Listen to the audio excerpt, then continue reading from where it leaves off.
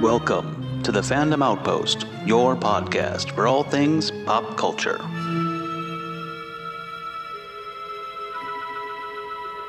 Hey everybody, welcome to the Fandom Outpost, and I know I say we got a special one for you every time we seem to do one of these, but when we put our heads together, we do come up with these ones that we really, really like to bring to you guys, and hopefully you're enjoying them. We're going to tackle George A. Romero's Living Dead Trilogy, asterisk. As always, I'm 1/3 your host. My name is Mark. I'm Jim. And I'm Bob. Hi, everybody. And I said asterisk at the end because I know that if everybody jumps on right away, there's a fourth one that was done like 15 years after the third. And then he rebooted the series with 2 or 3 more. That's terrible that I don't know. And then if you even count this thing behind me here, that was supposed to be a reboot as well. And they were talking to studios about it. And then unfortunately, he passed away. But we're going to focus mainly on the 3 that we love. So George A. Romero. I was talking to my buddy Jim here the other night about it, and then a little bit with Bob and stuff too, that he's kind of got a weird career that is kind of all over the place. But he's only, if you bring up his name, obviously, he's only been known for the creation of the current zombie genre, or what would they call him? The grandfather? The grandfather? Yeah. Because before that, Jim, what did you say the other day? What kind of zombie movies were there? Mostly zombies or voodoo zombies. That's usually where you find it coming from. Like the white zombie with white zombie. Right? Yeah, yeah. There's zombies of Moritao, and there's all kinds of. Yeah, that stuff where their eyes are all like really wide. Zombies on Broadway. Like... If I could suggest a voodoo zombie, Bob, you might like it. Zombies on Broadway. Zombies on Broadway. But Bob, you might like I Walked with a Zombie. Okay. Which I don't know if you've ever delved into Val Lewton. He's original director of Cat People. Real stylistically filmed, real excellent stuff. I'll float you some DVDs to check out. So, but back to Romero. I was born in 1968, folks. My claim to fame about that year is that is the year Night of the Living Dead premiered. So I love to say that. Yeah. So, and we're not going to delve into like all the aesthetics of it, why it was in black and white. I mean, there's a great story if you want to do a deep dive into the copyright issue and why it's in the public domain all these years later. And those guys didn't get any money off of the billions of ripoffs that they made, even using the word or the name Night of the Living Dead. Well, with all the zombie movies for Romero, you have to look at the characters, right? There seems to be a female character that is somewhat a hero, or maybe not so much a hero in it. It's also a strong black male, usually. That's a character that's very interesting in his films, particularly with Night of the Living Dead. And I think I've read that he didn't cast the actor who was African American to be a black character in the film. That's what Romero has said, I believe, that he liked his audition and he picked him straight up because of a good audition. But you have to look at it through the lens of that era, which was a lot of racial and civil rights strife going on. And I'd like to maybe touch on the ending of that film, which is pretty dramatic with the still pictures and all that. That still holds up. Yeah, I know it's rough. That whole switching to still photography and then the zooms and the cuts and all that, it's jarring, isn't it? It's evocative, and it fits into the newsreels that were happening, I guess, around that time with Vietnam and all that. So there's definitely a visceral feeling seeing that, right? Yeah, one of the things that he's known for is with his Living Dead movies is being pointing a mirror back at the society of the times. That's a lot to unpack, right? In a half hour, especially with especially what you were just talking about. Not, I mean, there's a scene in Night of the Living Dead. I still think about it to this day when I watch it. That Barbara she's freaking out, and Ben slaps her, And today we don't really can grasp that, but on the big screen, a black man slapping a white woman, in 1968, wow. right? Yeah, 1968. If that were to happen in public or something like that, it would have caused quite a problem. But you were talking about also his protagonists being women. That wasn't so much in Night of the Living Dead, but it definitely was in. By the time he got to Day of the Dead, absolutely. I think the ensemble in Dawn of the Dead plays off each other really well because it was such a tight, smaller cast. So, and we didn't really touch on yet or say anything about, but there's this phrase called the Romero zombie. Right. That was the next function I wanted to bring up. Right. How the zombies react. Yeah. Yeah. The 68 film is the credit for the quote unquote Romero zombie, which does two things. I don't know the mechanics of it, reactivated the brain, etc., and stuff like that. And the simple function is driving for and eating human flesh.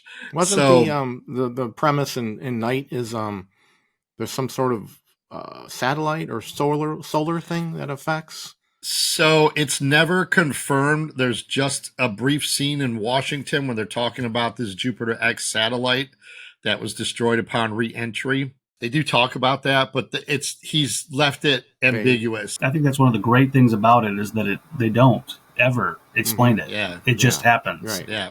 Makes it more spooky, right? Right. Why is this going on? We don't know. Yeah.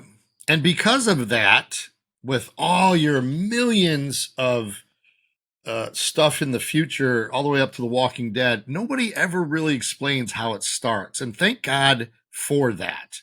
You know what I mean? Right. Go back and watch the beginning of World War Z. It just starts like the world falls apart and it just starts. And that can be credited to him. I think that was a really good thing that you didn't say it was this or that or the other or, bad food. He called them ghouls too, right? Yeah. Are they ever in the trilogy? They're never referred to as zombies. They are. So there's when do they do it? I knew that. Yeah, I knew this would come up. It's in Dawn of the Dead. It's Ken Foree, the ex-SWAT guy.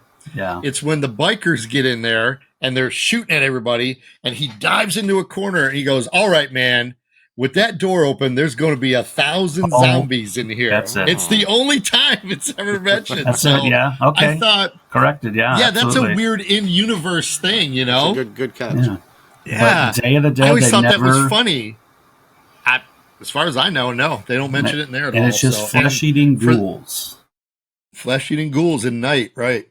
And of course, anybody out there who's listening to all this and stuff, if you guys got more information or whatever, and let us know, because I watch it a million times and you can miss all kinds of that kind of stuff, Well, perhaps the zombie word really takes off because it's used over in Europe, and that's what the Dawn of the Dead is called. But back to Night of the Living Dead, I saw it as a kid. And my mom was, I'm not ragging my mom or saying stuff, but mom was kind of like, she cared what I watched, but her way of caring what I watched was like, if you get scared, don't come crying to me. That's how she cared what I watched. So I had to police myself, and I watched that, on TV, because obviously I was much too young to see it in the theaters. It was gone by the time I was able to go to the theaters. But why don't you tell us, Bob, about that ending, that infamous ending? Ben, somehow all the others, he's with Parrish in one way or another, right? Before I get into that, I thought it was interesting, the upstairs downstairs references too. That kind of was something of a class thing. I think I read about that. Who's Ben upstairs, who's upstairs, who's downstairs. Yeah, things so that was interesting. I like stuff like that, little subtext into films. But he's left to be the lone survivor, and of course the rowdy bunch of people come that are hunting these ghouls think he's one of them, right? And just shoot him dead, and it's sad. And you're like, after all that, he gets killed, and it's like you're rooting for him from the minute he shows up on screen. You're rooting for this guy, right? You're thinking he's the smartest guy in the room at all turns, right? Yeah. And he ends up in the very end. He ends up doing the one thing he didn't want to do, was go in the basement. And it turns out that Harry, the guy who wanted to barricade himself in the basement, was right all along. That was the safest spot to be. It was the safest spot to be.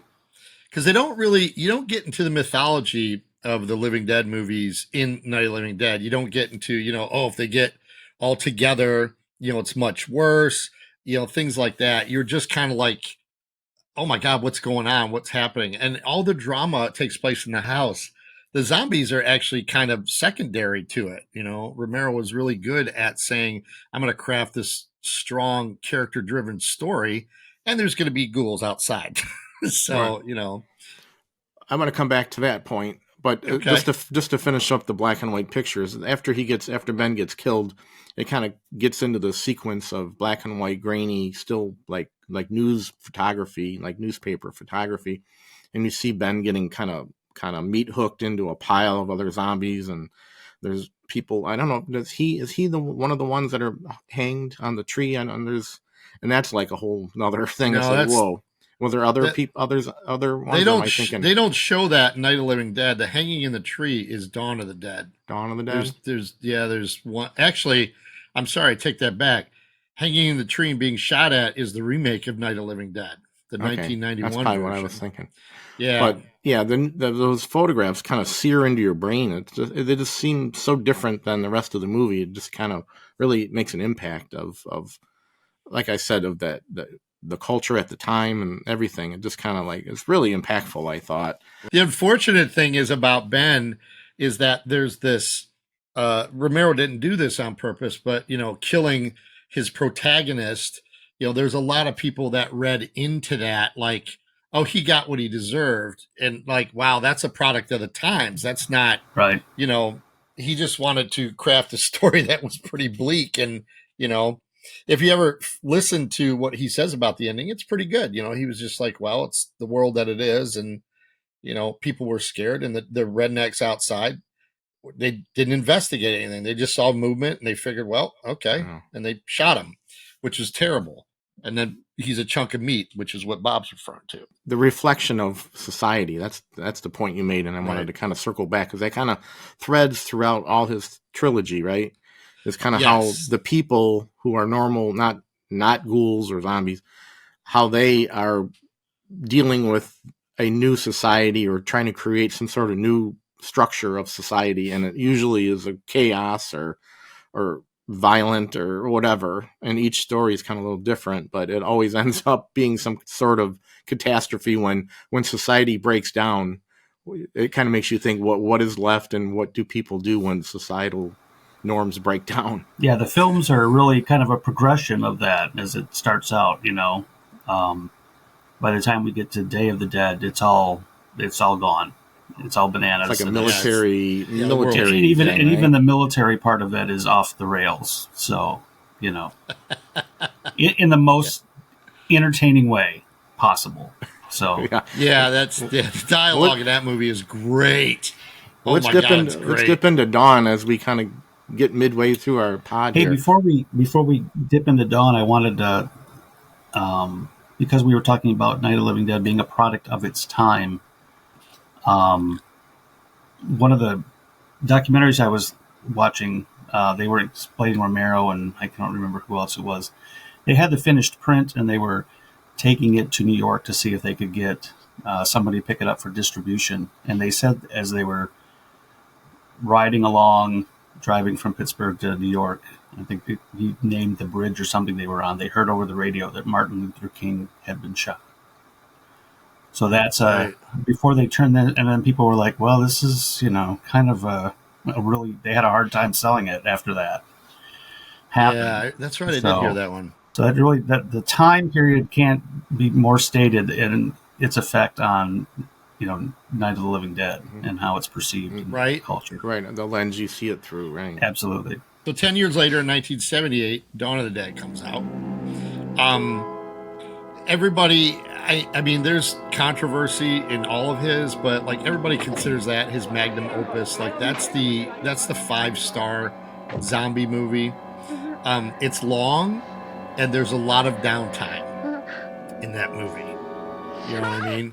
And like there's a lot of character development, but because there's only 4, there's a lot of downtime, and then there's almost some points where you forget there's actually zombies in the movie until he kind of circles back to it. And it's two radio people, two like television employees, and two SWAT guys, and and that's it. And then they find a mall, which is a newer thing at the time, an indoor mall. That's why I'm laughing, because they make a big deal about it. Now you can find empty malls all over America. So it's one of those new shopping malls, one of those. Yeah, that's funny. That's the actual line. Yeah. I do love the beginning of Dawn with all the chaos and the expert being interviewed on the newscast, and it's like just all hell's breaking loose around him, and he's trying to raise alarm, and I love that feeling that you get. That in retrospect, as I grow older, when I was younger, it was all about special effects and the ghouls and the zombies and all the action. But as I grow older, I'm really enjoying more of the everything before they get to the mall. So as everything's falling apart and they're putting together a plan, and then you see other people putting together plans and just making that journey. You're seeing what's happening out in the world as much as Romero's letting you see it, right? There's no way that you can't tell me that cop that they run into is not the military guy in Day, that Joe it's Polito. The same actor. Yeah, same actor, and he's got just enough in there that makes you think that that's that guy. So that's fun. And people might be like, I don't know what you're talking about. So there's 4 different versions of Dawn of the Dead in this thing that I'm pointing to back here. There's some exercise scenes that are not in there, and there's a character that George used in Dawn of the Dead that actually is one of the main characters in Day of the Dead. But if you get the wrong version, you don't get that scene. So I just think it's kind of funny. What's the deal with the multiple versions of that? Was that overseas? Yeah, it was cut by, and I always get the guy's name wrong. Is it Dario Argento? Is that his buddy? Yeah. So like there were versions that they released overseas that he had a hand in helping with, and they've got different scores to it besides the Goblin soundtrack. I mean, the pieces are still in there, but different type of score and scenes that were cut out that don't really do anything. A couple of them have a complete different beginning that's just kind of surreal, and they're okay. But if you watch them, they're only like minutes apart. They're maybe 10 minutes here and there. Really adds or subtracts that much. Yeah, absolutely. Yeah. So, I mean, but you do watch one. There's a definitive one that has all the scenes in it, and it's pretty good to watch because then you can see how it was edited for like the one that we all know and stuff, which by the way, I guess that was released with a non-rating. It was released. Oh, was it non-rated? I don't think it was X, but it was released not rated. So although there are no graphic depictions of sex, it's got a lot of gore, it said. So that's why it got released like that, which killed it at the box office. Cause back then in the 70s, you couldn't release a movie like that. But then it also becomes a word of mouth. It's like, oh my gosh, did you see this movie that you're not supposed to see with all this crazy gore in it? It made me think. I mean, Night of the Living Dead used to be on the late night horror movies or whatever, but Dawn of the Dead was kind of a rarity, wasn't it? You never really saw that one. I don't remember seeing that very much. There would be no way to show it. Yeah, there's no way to show it. Too much to cut out. You would have to edit all the zombie scenes out, especially at the end of the movie. Yeah, so when the chaos happens. So yeah. I think it's a good movie. Everybody loves that one. I'm not sure why. It could be because it was the first color one. It could be because of the mall thing. It could be because of there's 2 guys in there that are trained really well, the SWAT guys that know what they're doing. So it's not a group of idiots. I mean, it's not one guy who's really smart like Ben was and everybody else an idiot. The movie goes along really well until the biker gang kind of screws everything up for him. Right. I would say, isn't it a bit of like a wish fulfillment movie, especially if you're a kid? Oh, I could own the whole mall and I could have everything I wanted. I could run around in a mall. Yeah. And there's cool stuff in there, like the ice rink. I barely remember those, by the way, that there were actual ice rinks in malls. I was just young enough that I think our Fairlane Town Center up in Dearborn there had an ice rink. So It did, yeah, you're right. No gun shops in the malls, folks, by the way. That was an outside source that he made it seem like it was in the mall. There are no gun shops even back then. So that mall is still standing, by the way, Monroeville Mall. And Pittsburgh, right? Pittsburgh, yeah. About 15 People make years, a pilgrimage to it. 15, 20 years ago, we were visiting, my friend Jeff and I were visiting a friend that lived in Pennsylvania, and he made sure to take me to the mall. Jeff made sure to take me to the mall. So, nice. Half the stores aren't there. That weird little wooden bridge is still there. There's like that's still there. We went to Penny's. There's things on the escalator. There's things on the escalator so that you can not slide down the middle anymore, like they did in the film. Yeah. And then we made sure that we rode the elevator in Penny's. So. Of course. So it was fun. Great. It was a neat thing to go. Enough of it was still there that you could go, yeah, I get this. Right. And forever there was a plaque about the film there, and I think there finally is one now. But oh, nice. Yeah, places to go if you get a chance. Yeah. What else you got, Bob, about Dawn of the Dead? Definitely, everyone knows about the commentary on consumerism, right? For the whole mall scene and mindless shoppers, right? Is that But is that really? Was it really intentional, or is it a byproduct of? Right? Did it just come out? I think the consumerism really took hold in the 80s. That's what, and this movie had that beat by 2 years, but I see what they're trying to say, but I also don't see what they're trying to say, I mean. Right, they just remember what they did. That's why they would come to the mall. Right? Yeah. And then this was the first one in color, by the way. I don't know if we mentioned that. I think Bob said something about Night of the Living Dead was in black and white, and this one was actually in color. And unfortunately, a young makeup artist at the time, one of Jim's legendary makeup heroes by the name of Tom Savini. Right. He missed out on working on Night of the Living Dead. Yeah. I think that's because he was actually in the military. He was in the military. Absolutely. Yeah. Crazy story. Yeah. And then he did all the makeup for Dawn of the Dead, which a lot of people complain about because they couldn't get the color palette right. Some of the zombies look blue. But that's more to do with the film stock than the stock, right? Yeah, the blood is really kind of spaghetti-o red, But that helps make it, I don't know, kind of fun, kind of comic booky, kind of pop arty, kind of. Yeah. I've never once had a complaint about any of that. So no, I don't either. Yeah, and there's some really really good effects in there. Not all of them. But in the beginning, that Bob was talking about where the place is falling apart and that one dude bites his wife on the arm. Oh, my God. That is nasty. She actually... he took a chunk out of her. The guy actually bit her. He actually went too deep for the makeup. Oh, God. Yeah, that one always gets me because I'm like, that's rough. And one of my favorite parts in the original, in the beginning of that is when the chaos kind of starts to settle down at that tenement. They find all the bodies in the basement that they've been keeping their loved ones down there, and that priest comes out. And then it wasn't until, you're like, it was a while before I figured out that guy had one leg because I wasn't paying attention. Yeah, he had that crutch. He was trying to walk with the crutch. Yeah, he was working that crutch really good and stuff. Yeah. I just love the idea that it's two SWAT guys. I mean, for some reason, I really latched onto that. I love it's not a paramilitary type thing, but they became Insta friends. They became like Poe and Finn friends real quick. Right. They became real. Yeah. And they just knew cops. It. Like, watch when that guy with the crutch comes in. One goes low, the other goes high. Yeah. Like, it just seemed really cool. Like they knew, at training, they knew what they were doing and stuff. They had a bit of respect for each other as professionals. Yeah, absolutely. And also, the beginning known for Wooly having a freak out. Yeah. And there's a shotgun scene that's rough. Yeah. And him kind of just going crazy in the beginning. But audiences have never seen that level of violence in a film. No. And that's in the first 10 minutes of that movie? You're wondering, where are they going from here? Oh, my God.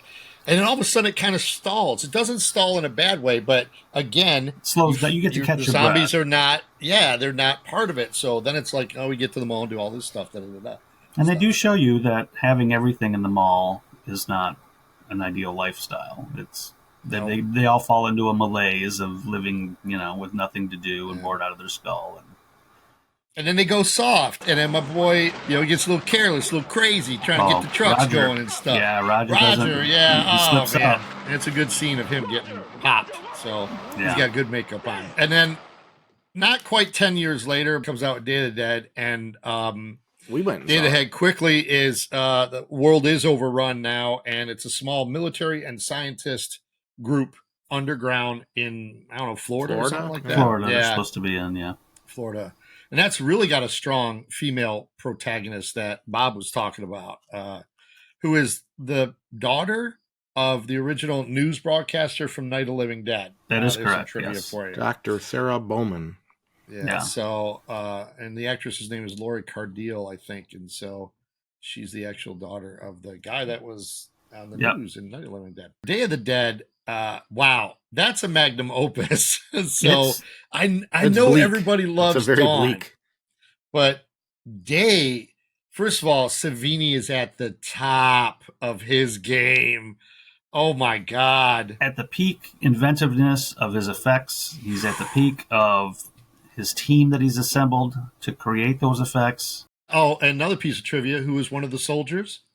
Oh, that's our friend Greg Nicotero. Greg Nicotero, that's right, yeah. Most people probably know him now more from The Walking Dead than He had a good teacher. Yeah, he had a good teacher. Absolutely, he did. Day of the Dead, it's just, I love that movie. It's got the best dialogue. Like you said, there's comedic stuff in there that's not probably intentional.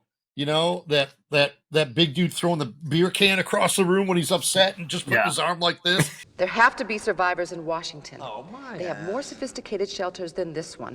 There have to be people in those shelters who know about us, who know where we are. With no radio contact, they'll come looking for us. I said shut up!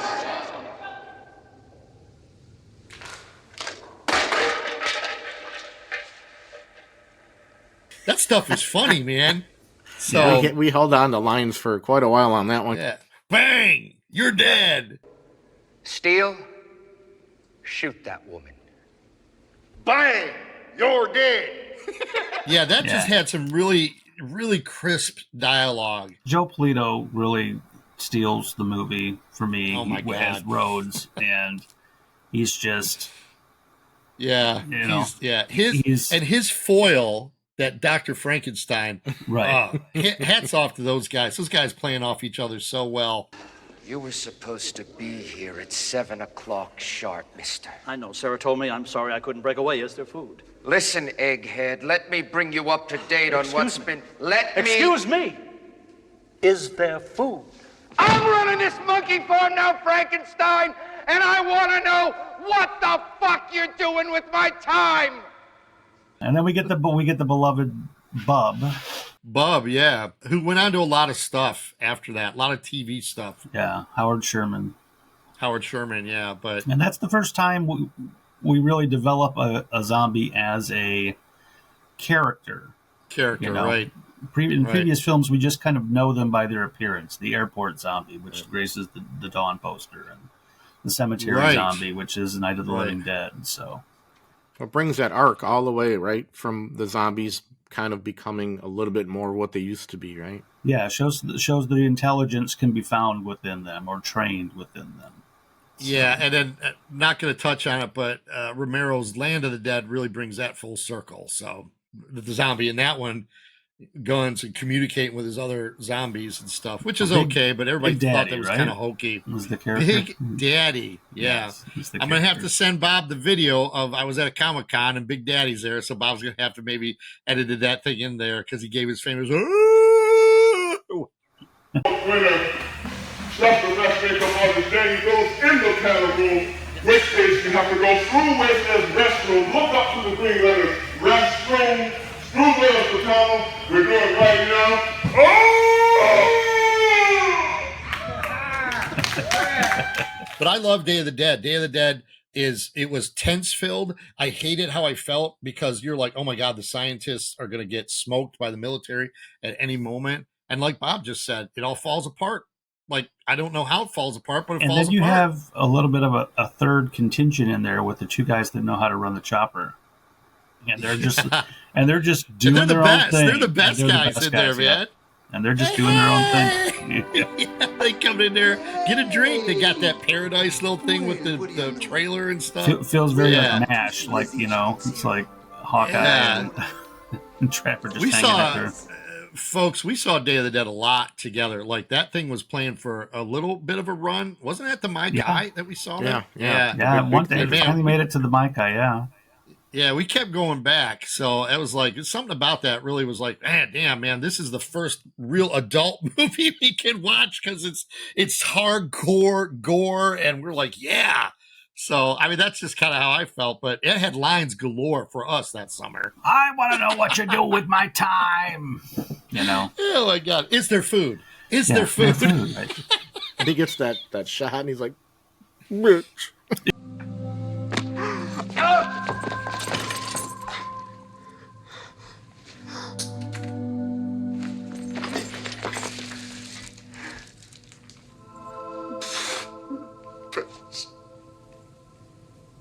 Yeah. Oh. Right.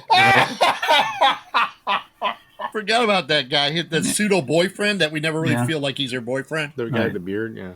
Let's get hello. Is anyone there? Hello? Hello? Oh my God, I'll tell you guys though. It's the first time though there is a full giant screen part of a dude just getting his throat bit the fuck out. Yeah, that's a mark phobia. Yeah. Even today, I'm like, I gotta scan through that. I know it's terrible, but I'm like, and it's got the tendrils. Yeah, they really went all out on that movie. Bobbing for Adam's apples, we like to call that. Oh my God, yeah, he ripped that bitch out. She was eating on that like a sucker. And like Bob said with the other ones, you kind of go through all this, and because of the human dialogue, everything breaks down. It just breaks down. That's the only problem I have with these zombie movies is that it eventually breaks down. Like, we're the problem. Even with that existential threat, we're the problem. And his Living Dead trilogy spawned a bazillion things. His boy Dario Argento did, I had it back here somewhere. He's got that zombie. Yeah. Oh, yeah. Whatever that zombie movie with the infamous fighting the shark in the water. There's just a plethora. And we didn't even have time to really talk about Return of the Living Dead, which, oh my God, that's Bob's favorite. We might have to do parody zombie movies or an offshoot of that because I want to hear Bob talk about that thing. Yeah, I want to get into that sometime later. Well, I gotta thank you guys. You guys are the ones that pretty much brought me into that whole genre because I probably saw Night of the Living Dead maybe on TV or something, but with you guys talking about Dawn and us going to see Day, it kind of brought me into that whole genre, so I thank you guys. Oh, you're most welcome. Into who I am. Boy, Bob got a chokehold on that Return of the Living Dead, folks. Yeah, I love that like movie. That. He loved that movie. We'll do a mini pod or something on that. Yeah, Return gets its own pod. That's fun. I'm gonna do that quote stuff, and Bob would quote that thing all day. That was like, I mean, if you don't say that brains thing, dude, I'm gonna be sorely disappointed because he used to say that all the time. He did as a teenager. Bobby all brains. That's some good stuff in that one. Love it. Yeah. All right, everybody. All right. Join us on social media, Facebook, Instagram. We're trying to get that off the ground and entertaining. And we appreciate all your support. Please like and subscribe. Set up for alerts for when we release stuff. And thank you for joining us and supporting the channel. Thank you. Thank you.